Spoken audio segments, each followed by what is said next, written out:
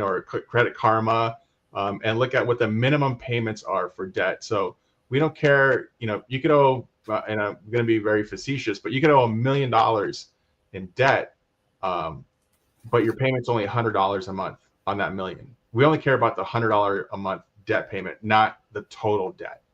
So, but if you owe $10,000 and your debt and your monthly payment's $1,000, well, we care about that 1,000. Okay. So I would sit down with my, whoever it is, and say, okay, what do we make? And then what are our minimum monthly payments for debt?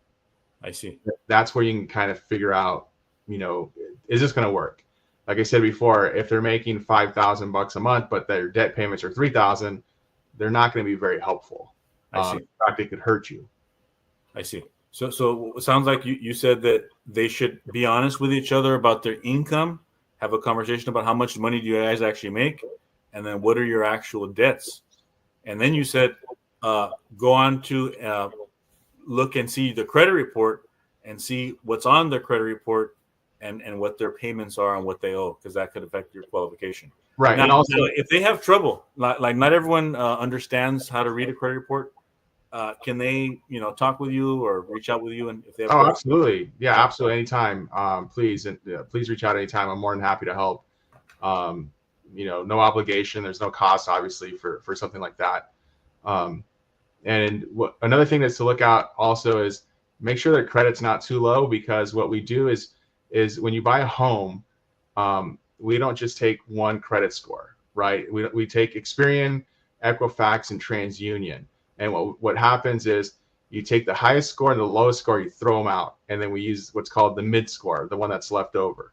So you could have a credit score of 750 on, let's say, TransUnion, and 730 on Equifax, and 700 on Experian. Well, we're going to use that 730 because that's the one in the middle.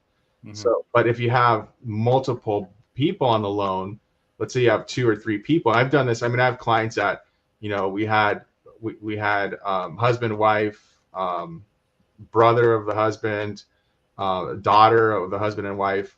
We're all on the loan to qualify for the loan. And so what we did was in that case, we take the lowest of the mid scores. So if someone has a 560 score, that's one of the borrowers, well, you're going to be in trouble because that's the credit score we're going to have to use, even though, let's say, another borrower had a credit score of 750.